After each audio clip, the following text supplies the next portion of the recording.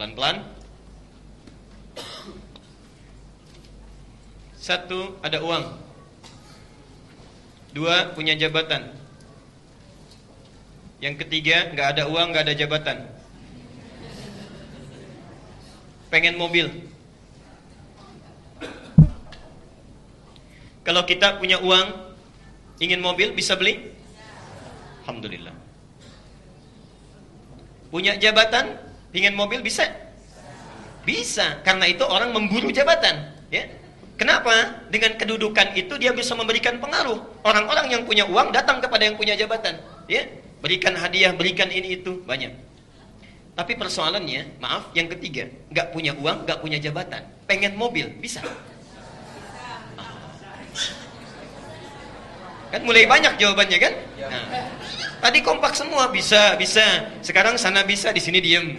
Belakang bisa sih, tapi macam-macam itu. Lihat sini ya. Sekarang kita teruskan. Uang satu saat bisa habis. Atau minimal orang meninggal, nggak kesampaian beli mobil. Ya. Yang paling berbahaya, dipacu-pacu dapat uang banyak, ya, capek-capek, ujung-ujungnya dikasih sakit, nggak pernah ternikmati itu. Ya. Hati-hati, bertakwalah kepada Allah. Ya. Takwalah kepada Allah. Ada di Amerika seseorang mengumpulkan uang, sudah dapat 132 miliar, begitu kumpul meninggal. Dianya nggak pakai, jadi nggak ternikmati itu dalam hidupnya. Banyak tapi nggak berkah. Ada orang sedikit tapi berkah. Anda pilih mana itu? Banyak tapi tidak berkah, sedikit tapi berkah. Nggak ada pilihan ketiga. Nah, itu yang paling susah. Baik. Kembali sini. Jabatan satu saat bisa selesai. Pensiun hilang. Kartu nama sudah tidak berlaku. Mobil nggak dapat. Lihat. Yang paling hebat nggak punya uang, nggak punya mobil, nggak punya jabatan, tapi bisa dapat mobil. Ialah orang yang punya Allah. Saya tempatkan ke atas. Gak ada uang, belum pegang. Gak ada kedudukan yang dianggap tinggi di mata sosial. Tapi dalam pandangan Allah, dia yang paling dekat. Dia punya Allah. Dia punya Allah. Allah bisa hilang? Bisa habis? Tidak. Dan dia yang maha mengatur segalanya.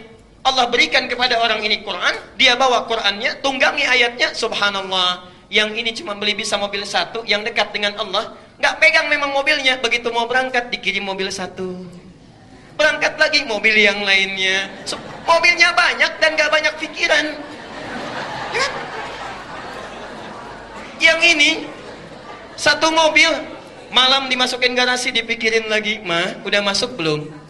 Dicuci lagi, pikirannya banyak, uangnya habis. Begitu uang habis, mobil yang dijual.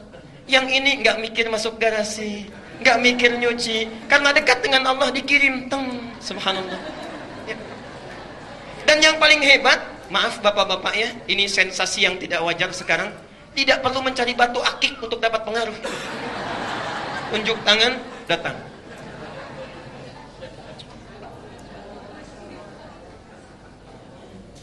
Baik, yakin tidak dengan ketentuan ini? Yakin tidak?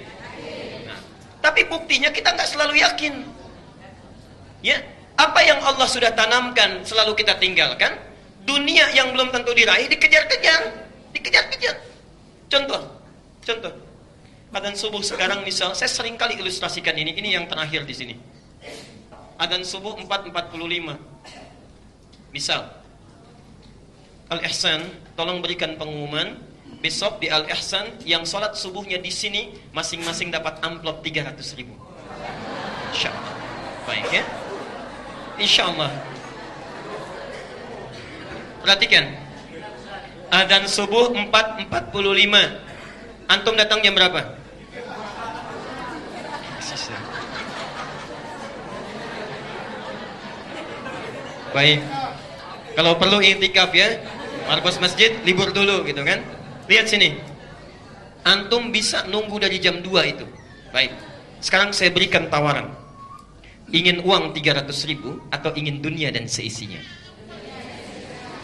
Cepat jawabnya. Perhatikan. Tiap hari ditawarkan dunia dan seisinya. Rak'atul fajri khairum minad dunya wa ma fiha. 2 rakaat fajar yang ditunaikan sebelum subuh, kata Rasulullah, itu akan diberikan kepada orang yang menunaikannya lebih baik daripada dunia dan seisinya. Dikasih oleh Allah dunia dan seisinya.